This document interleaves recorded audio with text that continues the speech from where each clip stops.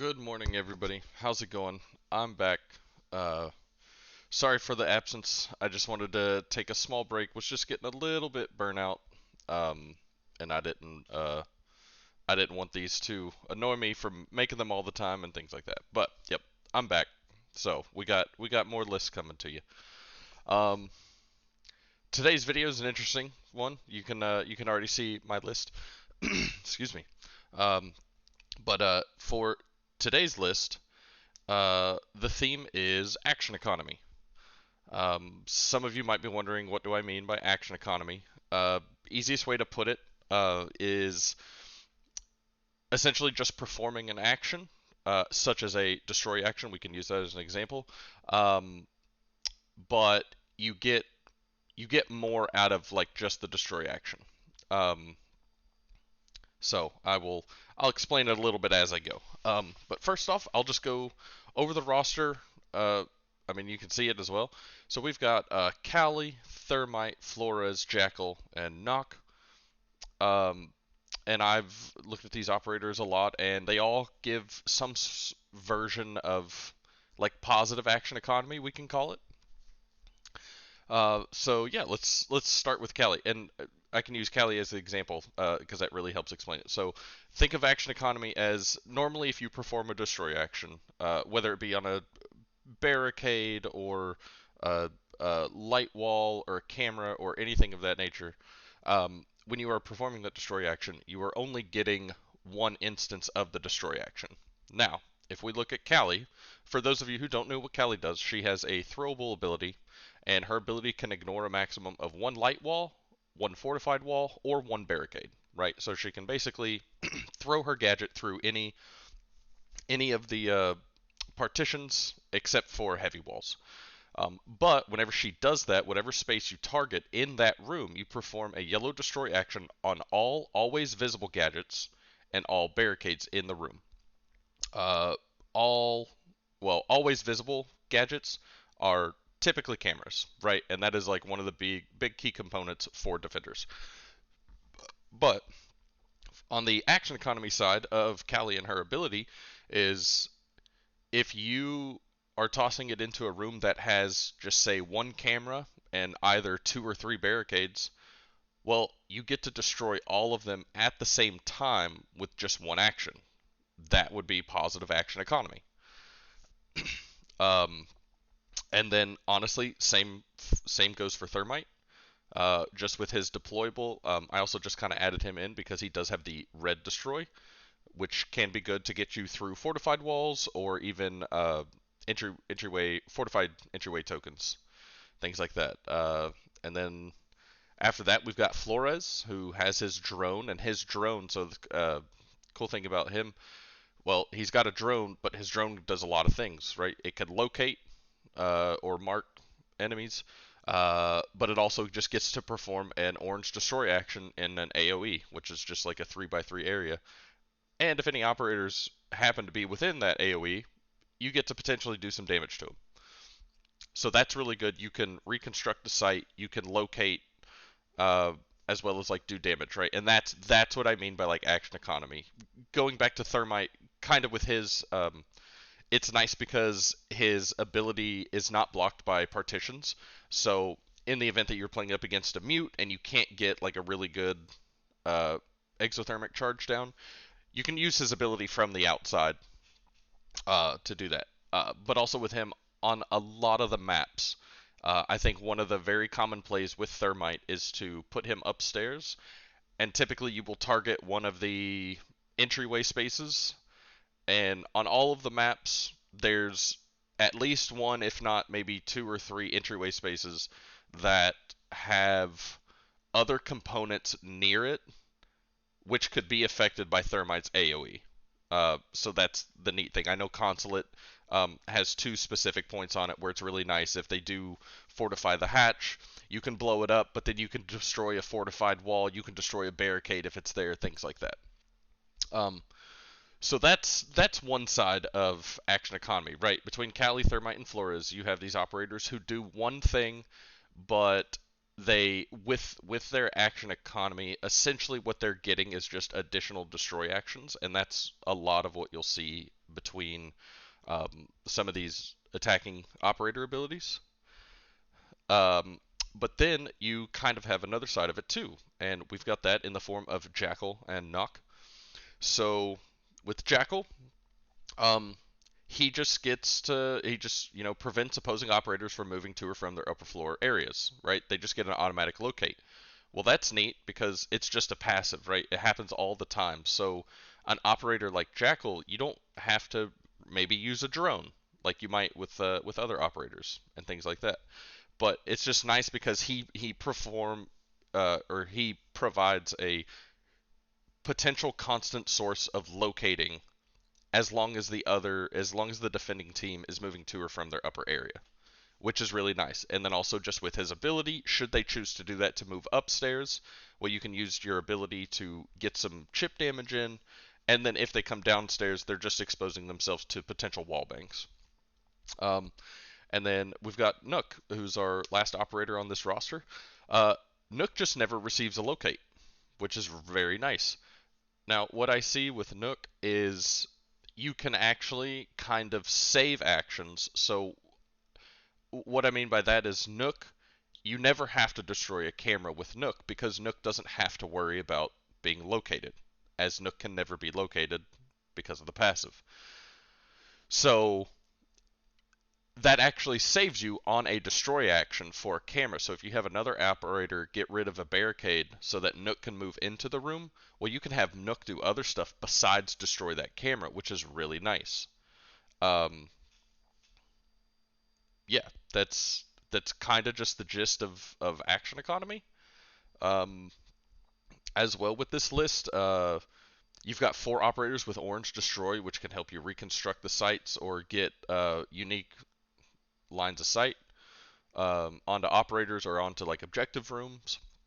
Um, you also have a pretty good-ish mix um, of ranges that you can use. Callie, obviously, she's being a sniper operator, she actually has really good medium range, but she also is top of the line for the long range.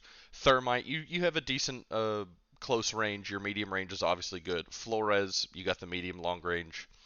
Jackal's, I think Jackal's actually kind of good all around, especially if you can get those shots off without having to get rid of those cover die that he has. And then Nook, good at the close and medium range, things like that. So, um, yeah, hopefully all of that makes sense. Dealing with action economy and I guess what you could deem as positive action economy.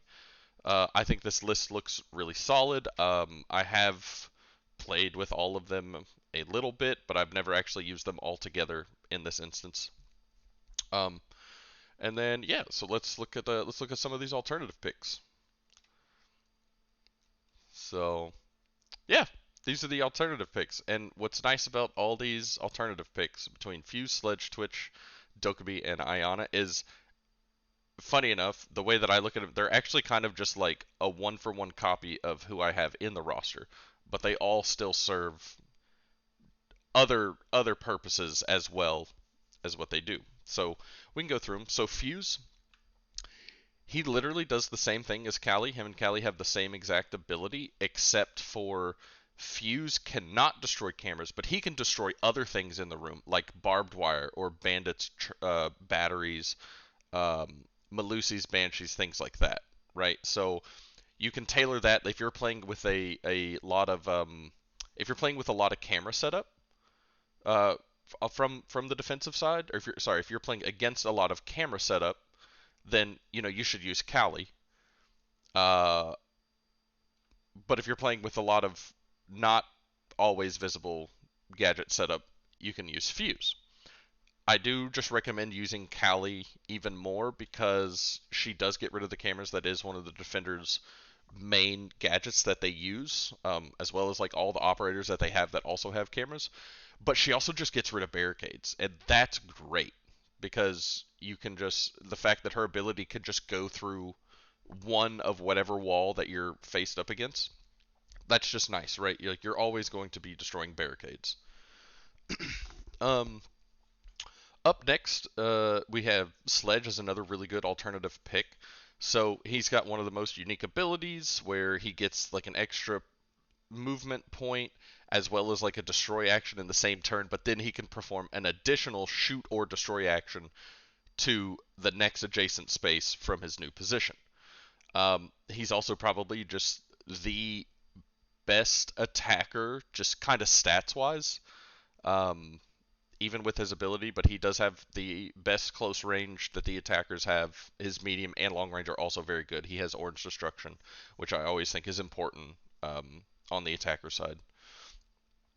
Um, and he's kind of another version of Thermite. Uh, he just does Thermite. I kind of look at him on top of getting rid of anything that requires the red destruction rating. He's kind of just like an environmental like remover, I guess you could call it, right? Like he can get rid of your hatches, he can get rid of your walls, he can get rid of your uh, barricades, things like that. And like Sledge kind of does the same thing, maybe just not as efficiently as like Thermite can, because he does have the big AOE.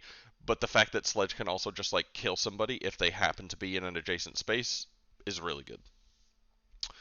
And then next we've got Twitch, just just another drone operator, where instead of doing damage or reconstructing rooms, she gets to get rid of gadgets. Right, so you use a drone, you get to locate, but then you also potentially get to destroy at least one camera or one electronic gadget in that room, which is nice. That later on down the road, that saves you on having to use a destroy action, or maybe having to use a frag or something else to get rid of whatever gadget that you can get rid of with Twitch. And then up next we have Dokkaebi. So Dokkaebi, she can locate, same as Jackal, whereas Jackal is more you're leaving it up to the defender if they want to have to deal with it. Whereas Dokkaebi, you just have the ability to just locate. Um, but she can also get rid of locate markers on your friendly operators. And what I'd like to point out with that is you notice the wave is the only one that has the charge cube removal, but her vertical action you can use as many times as you want within a game, which is nice. But one thing that I'd like to kind of look at with Dokkaebi is she kind of does a weird thing that like Nock does, where if you want, you can move your operators into a room with a camera, but you don't actually have to destroy the camera if you have the Dokkaebi. So as long as that room isn't being overwatched, and if you can't, be wall banged while you're in there, you can move two operators in there and then send Dokkaebi upstairs, and then poof, you get rid of both of those locates. So that at least lets you set up inside a room. It lets you get a little bit of control before you actually have to deal with other stuff. And you can easily next round bring her back down to destroy the camera and then put her up into Overwatch to watch maybe a long line of sight, and then you can have your other operators start to do other things. And then lastly, we have Ayana, who again, she's also kind of like Nock. Ayana's a bunch of everybody. She has an ability of Nock. She has the ability of IQ. She has the ability of Vigil. Right. So she's crazy. She's like a super hybrid. But yeah, just with her reactions, you can get rid of locates. So with that, she fits in the same role as Nock, where you can just move into a room. Um, but it's also neat with her where if you move into the room, you will be located, but you can just get rid of that locate anytime you move into a new space should you want to. So you can put her in the perfect spot, use a reaction to then remove that locate. Um,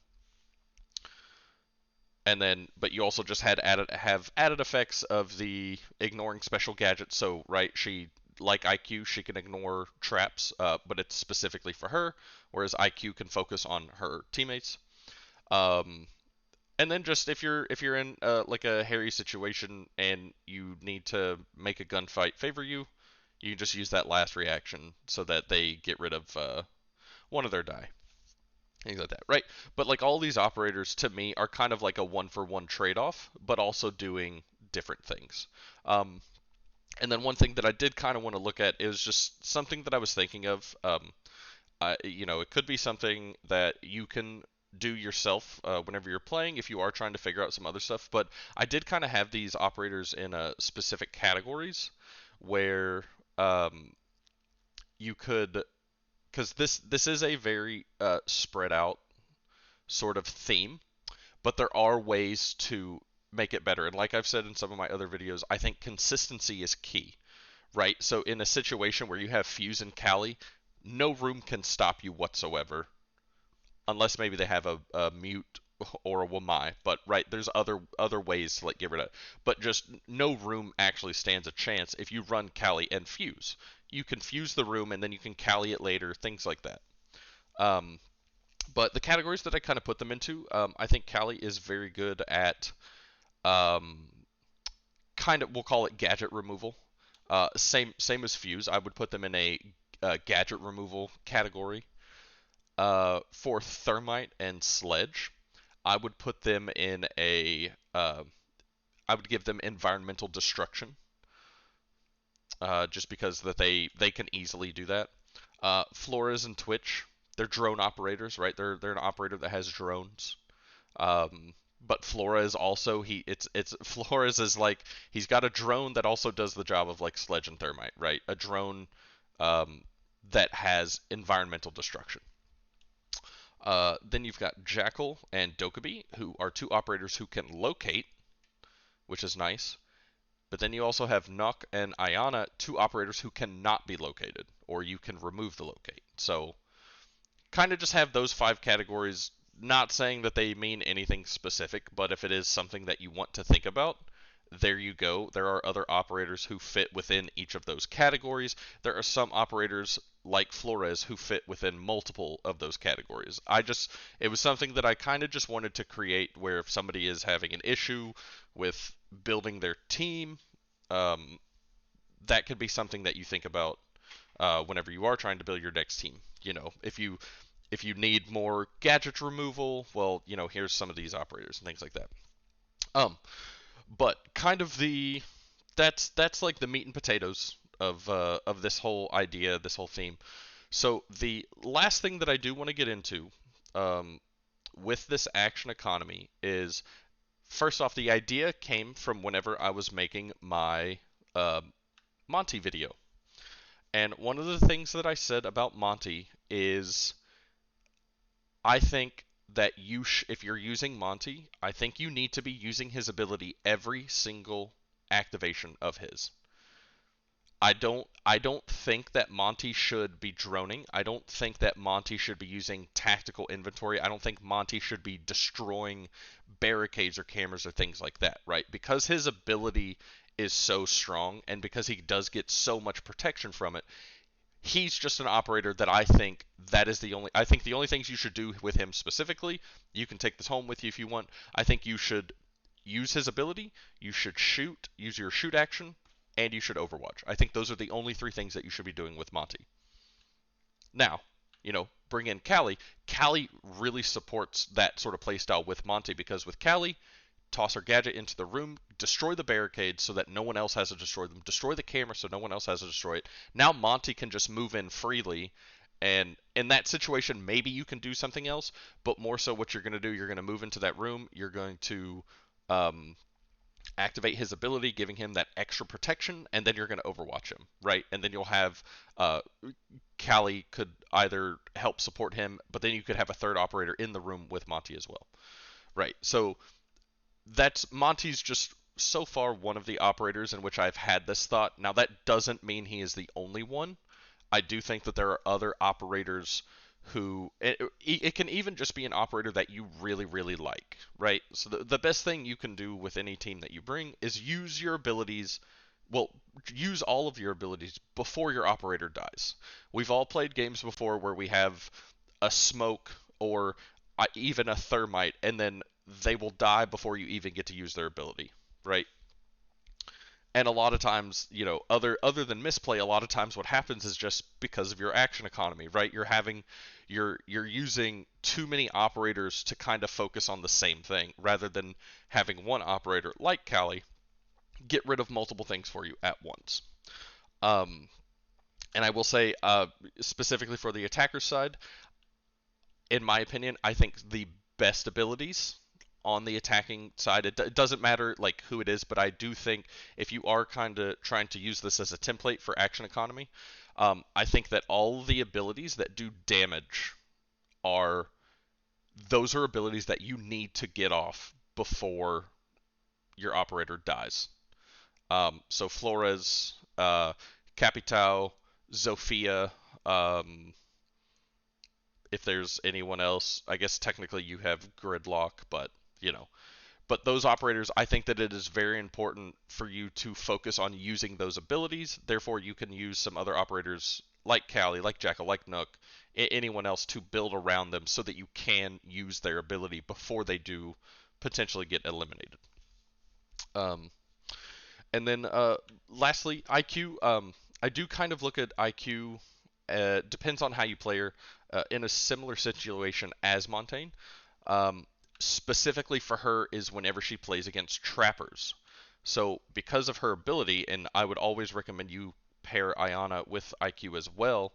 Um, but with IQ, you know, if you're moving in with say Nook, and if they have an enemy Capcan who uses his ability, well, I mean, as long as you get IQ, you can save Nook's action by using IQ's reaction, thus, kind of giving you that's more of like a one-on-one trade-off, so that doesn't actually give you like positive action economy, but it is something good, right? Like it lets you put your Nook or whichever operator you are using into a better position because you will have those two actions available rather than um, spending an action and then just being like, well, I guess I got to put myself in this really awkward spot and I'm just going to overwatch in this direction.